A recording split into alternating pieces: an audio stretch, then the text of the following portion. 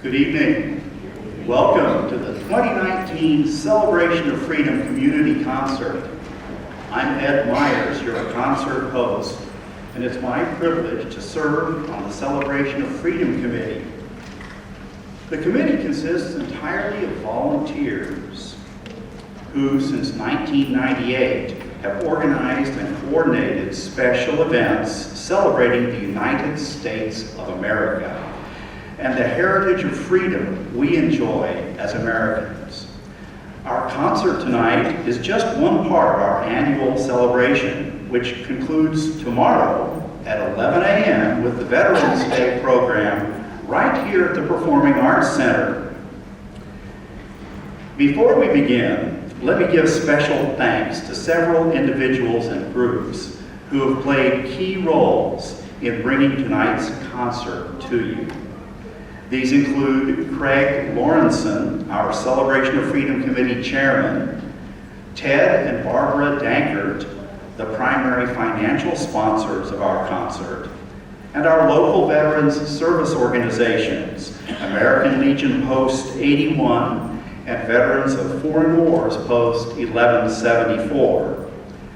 Thanks also to Carlson Colonial Funeral Home for providing tonight's flag folding team, and to the Daughters of the American Revolution, who will be serving our after-concert refreshments. Speaking of refreshments, we're delighted that Mrs. Phyllis Ranfeld of rural Whitewater, known far and wide as the best cookie cook in the county, has baked hundreds of gourmet cookies for the after-concert reception in the east end of the building, to which you are all invited, by the way. And the Butler Community College Veterans Across Campus organization is again providing the beverages. Credit also goes to El Dorado Public Schools for making this beautiful venue available, and to their fine facilities staff, and I would mention IVA in particular. I'd also want to mention Professor Brett Martinez, Director of Butler Community College Bands, and Dr. Keith West, Professor of Mass Communications, and the accomplished musicians of the Butler Community College Concert Band and Jazz Ensemble, who have prepared diligently to make tonight's concert a real delight. Let's give a hand to all of these.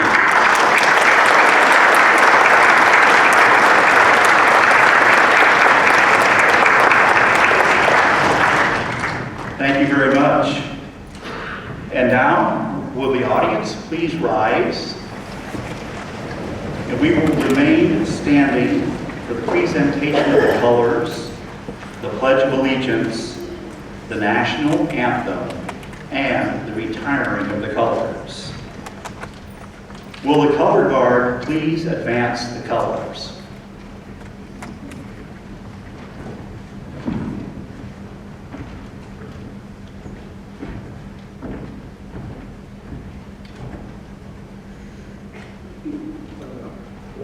Thanks.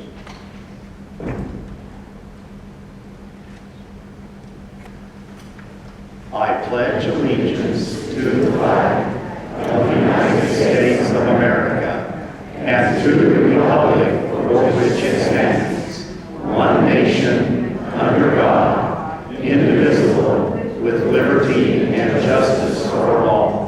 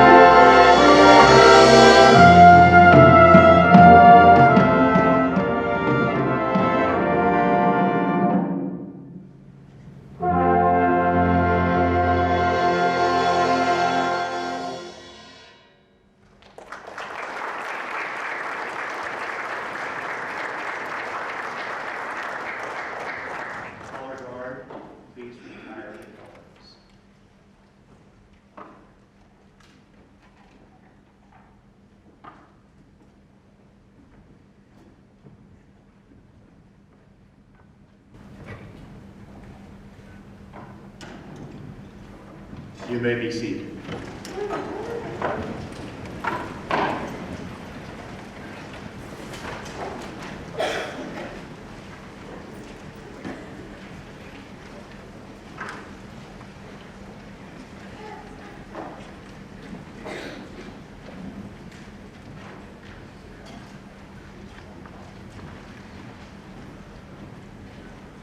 Of the many band arrangements of America the Beautiful, Carmen Dragons is the most epic. Dragon, who lived from 1914 to 1984, was a conductor, composer, and arranger whose work included numerous film scores, a long engagement with the Hollywood Bowl Symphony Orchestra, and a long-running classical music roadshow on the Armed Forces Network. In this piece, he uses the full color palette of the band and pushes the harmony as far as possible in a traditional tune. Ladies and gentlemen, the Butler Community College Concert Band with Carmen Dragons, America the Beautiful.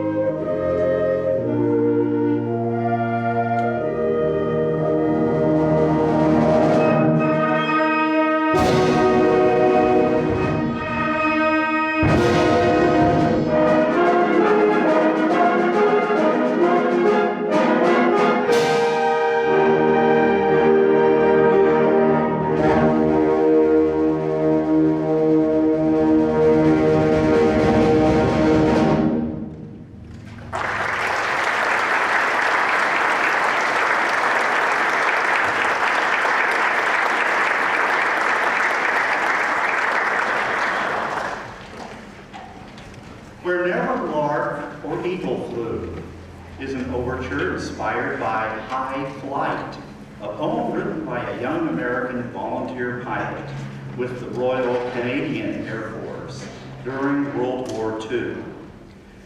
John Gillespie McGee Jr., who flew high-performance Spitfire fighters, perished in a mid-air collision at the age of 19. His famous sonnet is now the official poem of the Royal Canadian Air Force and is recited from memory, I am told, by freshman cadets at the U.S. Air Force Academy. Let's give this poem a listen. Oh, I have slipped the surly bonds of earth and danced the skies on laughter-silvered wings. Sunward I've climbed and joined the tumbling mirth of sun-split clouds and done 100 things you have not dreamed of, wheeled and soared and swung high in the sunlit silence. Hovering there, I've chased the shouting wind along and flung my eager craft through footless halls of air, up the long, delirious, burning blue. I've topped to the wind-swept heights with easy grace, where never lark or even eagle flew. And while with silent, lifting mind I've trod the high, untrespassed sanctity of space, put out my hand and touched the face of God.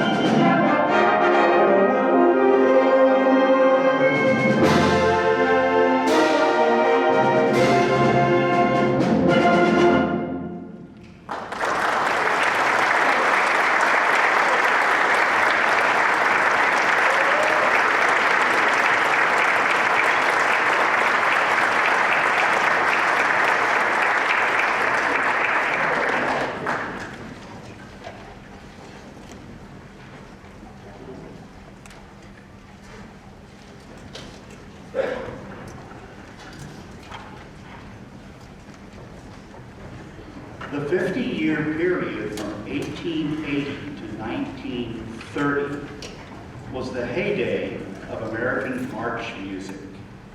Yes, marches, with their exuberant forward momentum and triumphal can-do mood, both captured and contributed to the spirit of the times. Marches flowed in prodigious quantities from the pens of both well-known and barely known composers, commemorating every kind of occasion, group, and institution. Most of these marches are now forgotten, but sometimes when you come across one of them in a shabby old sheet music octavo or tattered collection, and you play it through, you think, that's not too bad. Why haven't I heard this before? I've selected two of such forgotten marches to play this evening. The first is the Kindergarten March, written in 1894 by Otto Pfefferkorn. Think back to when you were in kindergarten, marching around the room with your Tinker Toy tom-tom. I'm dedicating this piece to the late Miss Coles, my kindergarten teacher from Once Upon a Time.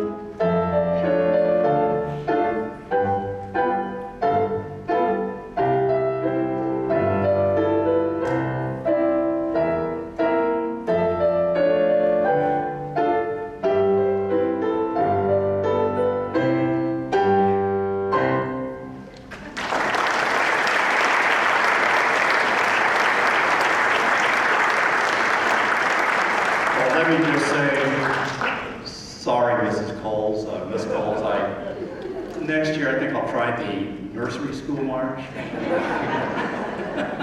Well, the second march I've picked is Armistice Day Forever, composed to celebrate the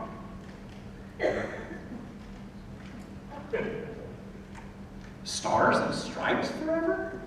Well, it sounds similar, the title to Armistice Day, Stars and Stripes Forever. You both have, you've got to be kidding. You mean I practiced the wrong march? Oh, man. Yeah. Well, at least we practiced the right one. oh, you practiced the right one. That really helps. Well, okay. Well, sheesh. I'm the, you can see I'm the blessed father of 7 daughters. This is, wow. This is daughter number 5, Deborah.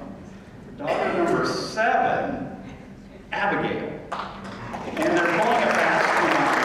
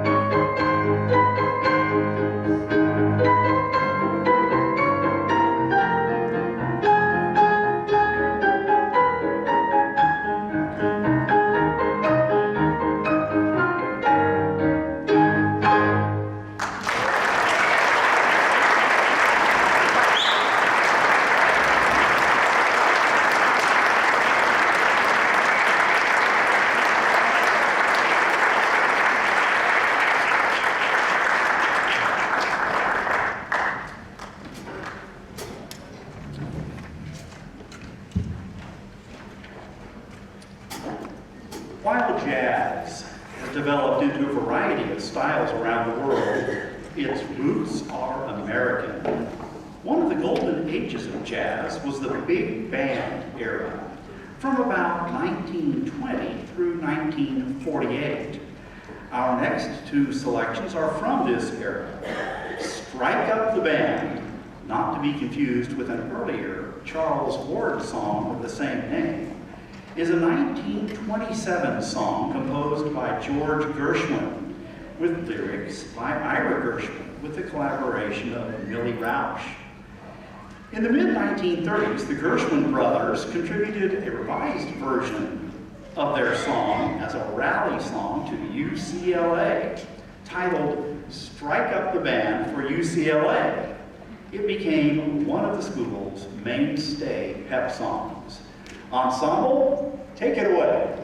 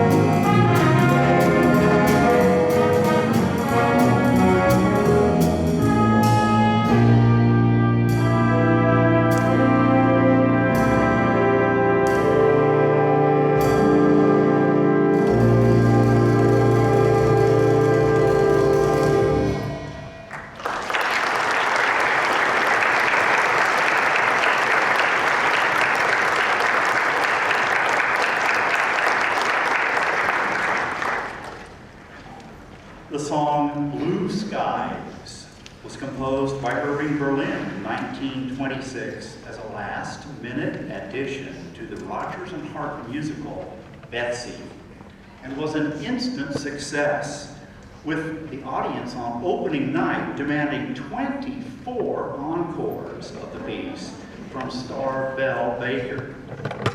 In 1927, the music was published, and that same year, it became one of the first songs to be featured in a talking movie, where Al Jolson performed it in The Jazz Singer.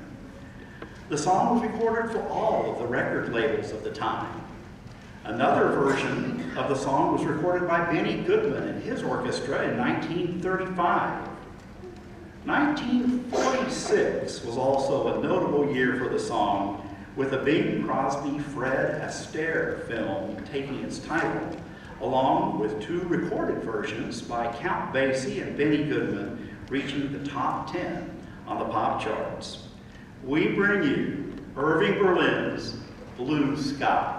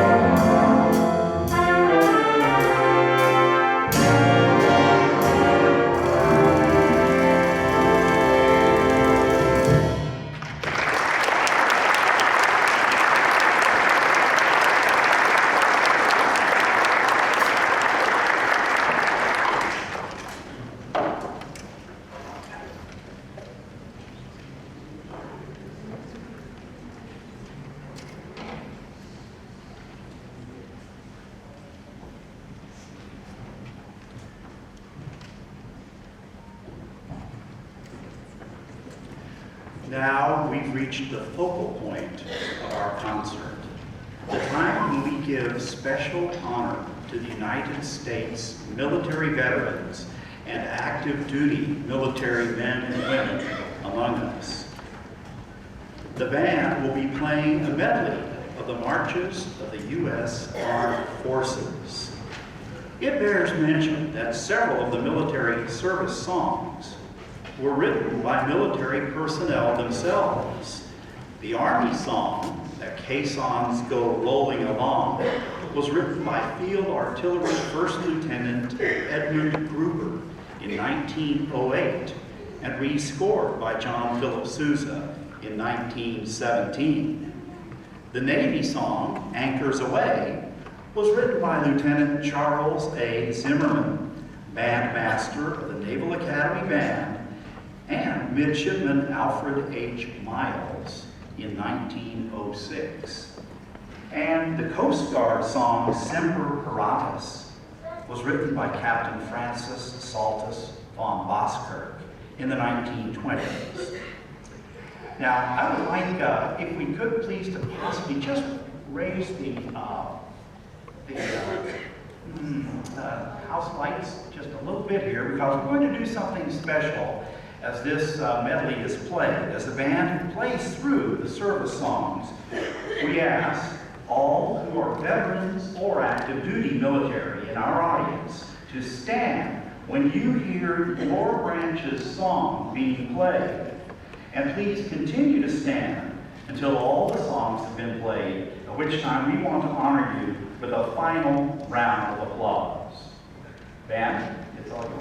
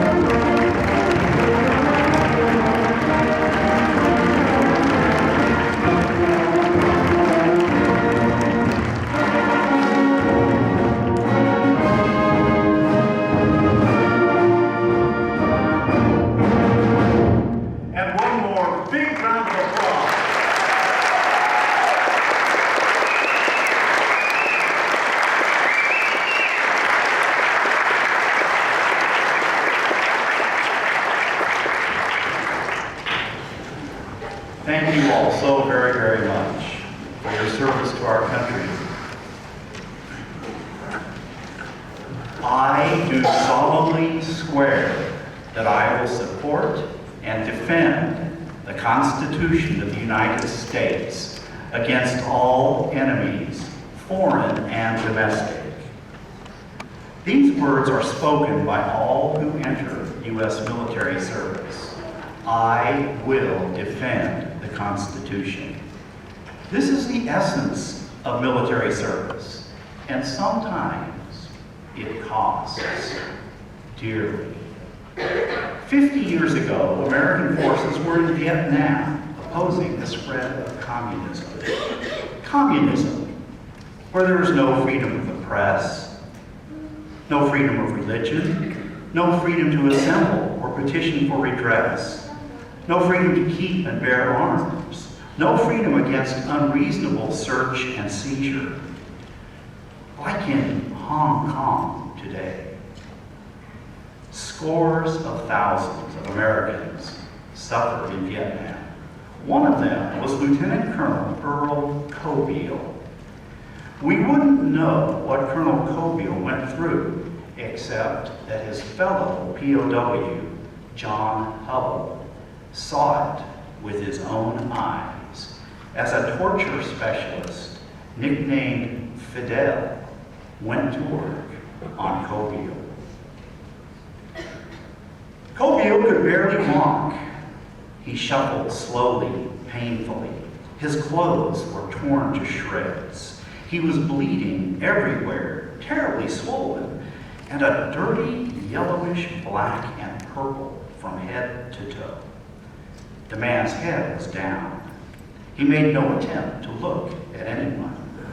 He stood unmoving. Fidel smashed a fist into the man's face, driving him against the wall. Then he was brought to the center of the room and made to get down onto his knees. Screaming in rage, Fidel took a length of black rubber hose from a guard and lashed it as hard as he could into the man's face. The prisoner did not react. He did not cry out or even blink an eye. His failure to react seemed to fuel Fidel's rage, and again he whipped the rubber hose across the man's face. Again and again, Fidel smashed the man's face with the hose. Not once did this elicit the slightest response from the prisoner. His body was ripped and torn everywhere. Hell cuffs appeared almost to have severed the wrists. Strap marks wound around the arms all the way to the shoulders. Slivers of bamboo were embedded in the bloody shins, and there were what appeared to be tread marks from the hose across the chest, back, and legs. Lieutenant Colonel Earl Cobiel was one of 58,200 American servicemen who did not make it back. Will the flag folding team please come forward?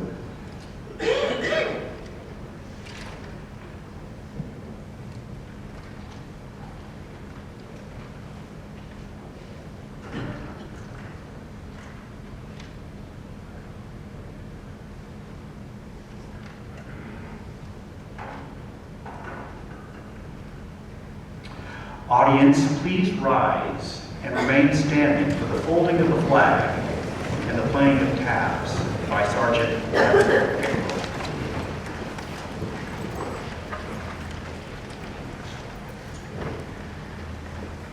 During a military funeral, 3 rifle volleys are fired first, then taps is sounded. Taps, that wistful final salute that floats away on the breeze but never quite dies out. The flag is carefully lifted from the casket of the deceased and folded into its symbolic tri-cornered shape. A properly proportioned flag will fold 13 times on the triangles, representing the 13 original colonies. The folded flag is emblematic of the tri-cornered hat worn by the patriots of the American Revolution. When folded properly, only the blue field with stars is visible. The folded flag is then presented to the next of kin or an appropriate family member. Each branch of the armed forces uses its own wording for the presentation. For example, this flag is presented on behalf of a grateful nation and the United States Army as a token of appreciation for your loved ones' honorable and faithful service.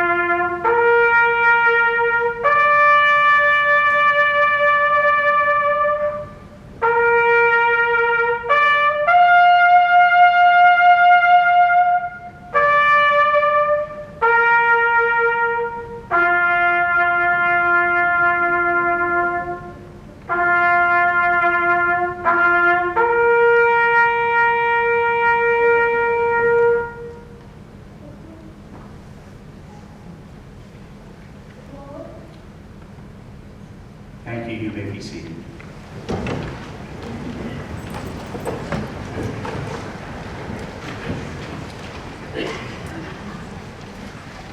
Did you know that there are some Americans who would rather not have our Constitution? Yes, it's true. The cover of the October 2019 issue of Harper's Magazine shouts the question, do we need the Constitution? Open the cover and you can read a discussion among several so-called experts whose contempt for the U.S. Constitution is in your face. They describe it as fraudulent, unhelpful, toxic, as a document that has no connection to the democracy of today. One expert declares, we need to forget about constitutionalism entirely, or at least forget about the constitutionalism of rules and detail, of arguing over exactly what the framers meant in this or that passage. And the moderator of the discussion chimes in with, is it really such a good thing to have a document written almost 250 years ago still be viewed as binding us in some way? Wow. These experts exemplify two cardinal ideas of our time. First, whatever is old is bad. Second, I have a right to break any old rule I want to. When applied to the Constitution, these ideas go something like this. The Constitution is old and therefore worthless. No way should we try to figure out or follow what it says. Well, yes, our Constitution is 240 years old. The oldest functioning national constitution in the world. And the reason for this is that the U.S. Constitution got so many things right about how government should work. In any other nation on earth, there's a 1 in 3 chance that in any given year, the governing document of your country will be replaced. In fact, the average survival time of a constitution worldwide is under 20 years. The longevity of our Constitution is one of the greatest blessings that America enjoys. As to actually following the Constitution, it is precisely our failure to follow the Constitution that has led to many of the problems that confront us today. By ignoring, stretching, or nullifying by judicial decree those provisions that get in the way of our agendas, we have seen power become concentrated in Washington, our right to life and our basic freedoms eroded, and our economic opportunities curtailed, among other bad results. But there's an even more sinister threat to our Constitution and way of life. For linked with the ideas that whatever is old is bad and I have a right to break any old rule I want to, is the idea that you have the obligation to repair the damage I cause when I break your old rules. Life consists of my rights and your obligations, and the government is there to subsidize and remediate my irresponsible lifestyle at the expense of your pocketbook and the giving up of your opportunities. My friends, no constitution, however excellent, can long endure when such an attitude of militant irresponsibility becomes the norm. So we, all of us, not just our armed forces, must defend our Constitution and way of life. And a great way to do this is by practicing and promoting responsibility in our lifestyles and decisions. You know, if we lay aside the slogan, whatever is old is bad, and look at the past, we see that the new and experimental lifestyles of today, where, for example, consequences are decoupled from actions and sex is decoupled from biology, have often been tried before and have invariably led to bitterness, cynicism, exploitation, violence, disease, and despair. As the great historian Arnold Toynbee said, civilizations don't die, they commit suicide. Robert Winthrop wisely observed, the less stringent the external government, the more people must have of individual self-government. The less they rely on public law or physical force, the more they must rely on private moral restraint. Or, as Harvard business professor Clay Christensen puts it, if you take away religion, you can't hire enough police. Chemist and Nobel Prize winner George Wald once commented, "It may sound like sheer nonsense, but our only hope is to return to the teachings of Jesus." Now, that's an idea. Are we up to the job of defending the Constitution with and through our lives? As we conclude our concert tonight, I want to underscore that you are all welcome to the after-concert reception and those scrumptious cookies I told you about earlier. Don't miss them. But first, the concert band has prepared a final number to lift our hearts. It's the National Fencibles by that towering giant of march music, the American patriot and composer John Philip Sousa. The Fencibles were militia units formed under British auspices prior to the American Revolution. After independence, the United States kept the practice of forming local militias. The various fencible groups stayed active into the late 1800s and eventually were absorbed into the United States Army and National Guard. The National Fencibles was a Washington-based drill team and militia. As was Mr. Sousa's practice of writing and dedicating marches to groups, schools, and historical figures, he wrote and dedicated this march to the National Fencibles in 1888. Band, take it away.